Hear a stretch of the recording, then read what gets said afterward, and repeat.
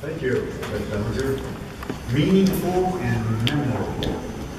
I'll meet you here in 1974 and we'll see if we remember all of this. Or 2074. Whatever. It is fitting and proper that all who share in the college education program at Marion Technical College be represented on the graduation program. The administrators, they present the program. Board members greet the students, family and friends. The community leaders address the students. Faculty present the students for recognition. Then it is particularly appropriate to include a student in these ceremonies honoring students.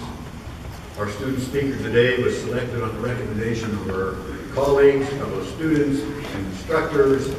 I present at this time Ms. Elisabeth Pizutelli, member of the Physical Therapy Assisting Class.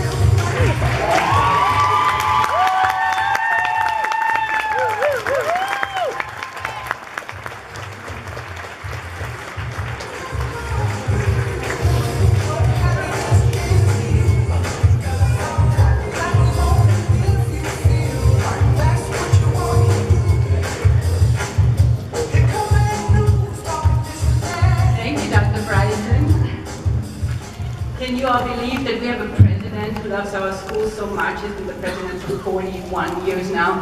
Give him a big hand.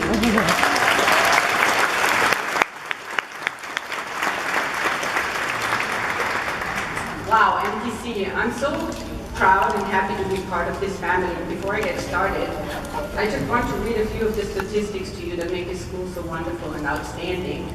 You wouldn't believe that a small school like that in the middle of Marion, Ohio, has such an outstanding record in board passing rates. And I wrote down a few statistics for you.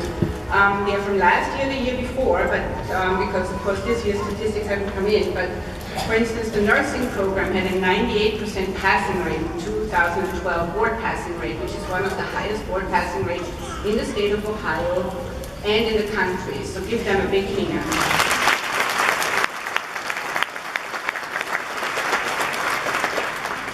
Medical assisting, 100% passing rate.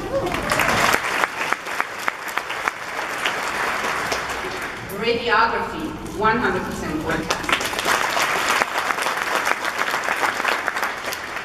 Medical lab technology, same thing, sorry to bore you, 100%.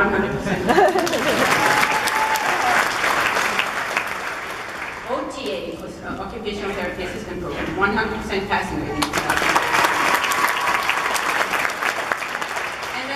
Close to my own heart, PTA program also, 2013, 100% passing.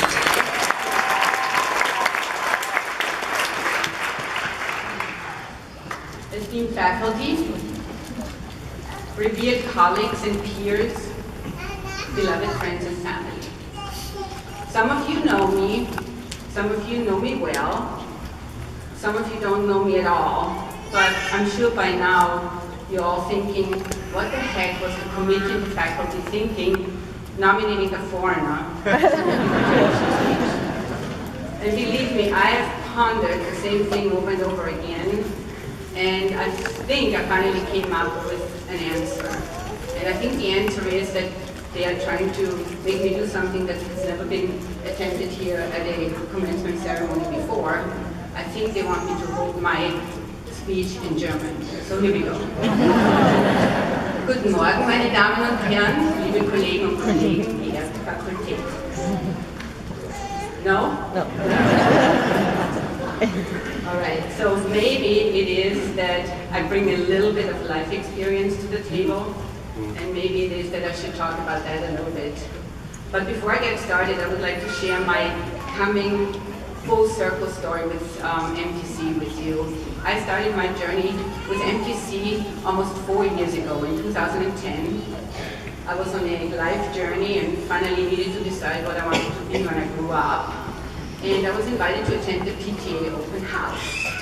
And I came up, it was a beautiful day, and the physical therapist assistant lab was open already, but I I took a moment before I stepped into the event to look at that big display glass case that was outside. And that glass case has a series of all the past graduation classes' pictures in it. And I looked at all these very distinguished people in there, and I thought, wow, how neat. These people graduated, got themselves an education, are working to help others. That would be really nice to do. So then I walked in and I was introduced to everybody, and everybody was just super nice and welcoming and explained everything to me, and there was faculty there and alums there and current students. And at that moment I really thought this is something that I really wanted to do. And then the event was over and I stepped out and looked at the glass case one more time, and I looked at the pictures and I thought, wow, I wonder if I really could be part of this distinguished group of graduates eventually. And well, guess what? 2 weeks ago, we had our last class. We all went outside, and I had my picture taken with my classmates, and now I'm going to be part of that group in that glass case. So coming full circle. And again, this is a sign that no matter where you are in life, how old you are, and where you come from, if you work hard, you can get into that glass case. So that's my coming of circle story.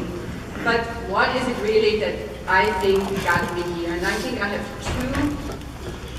two life principles that I hold true to that I'd like to share with you today.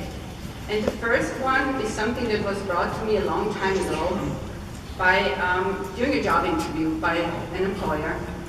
And I was sitting in there, I was much younger than I am today, and I was looking around in his office, and then suddenly popped a question, and he said, if you had one word that you would have to wrap yourself around in, what would that word be? What describes you with one word? And of course, I didn't know, I wasn't prepared for the question, didn't get the job either. But of course it started me thinking, and eventually I did come up with my word. And I'm sure that all of you graduate and everybody else in the audience will think about this a little bit later, and maybe, hopefully, all of you will have that one word that kind of describes you. But my word is adaptability. I've moved from Europe twice to the United States, had to adapt all the time. I moved within the United States. I lived in New York and in the New York tri-state area. Many years, had to adapt, new jobs, new homes, new neighborhoods, new friends, you adapt. Moved to the West Coast, to San Diego, new culture there, new jobs, new friends, new neighborhood. Then came to the Midwest, again, totally new culture. Never had heard about the Buckeyes before in my life.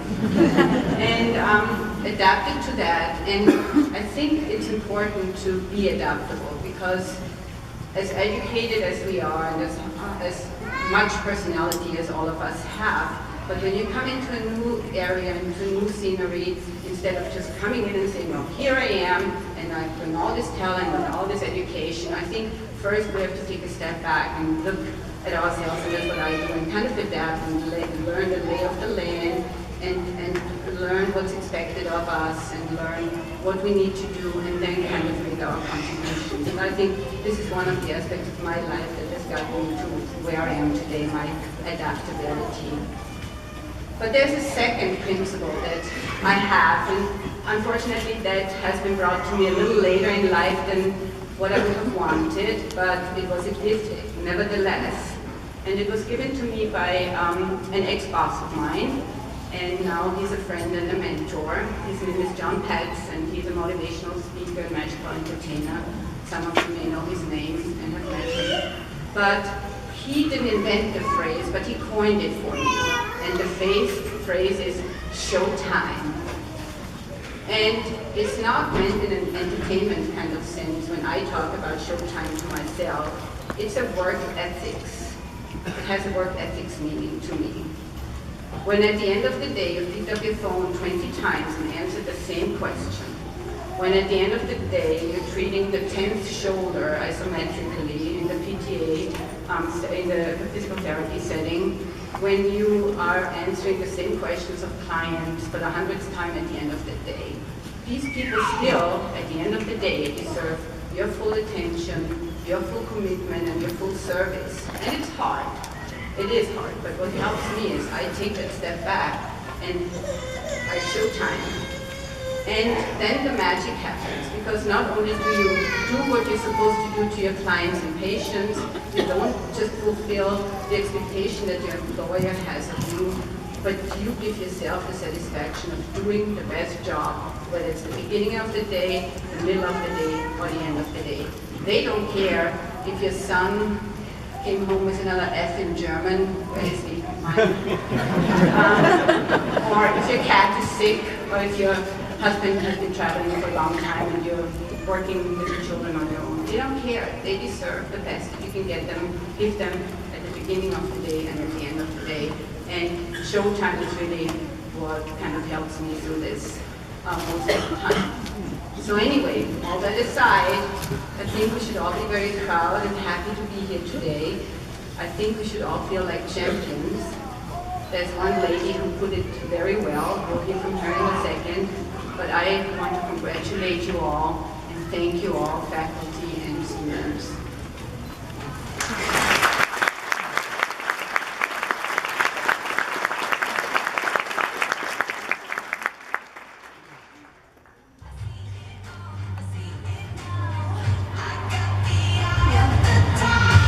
You can all get out of your seats and sing with champions.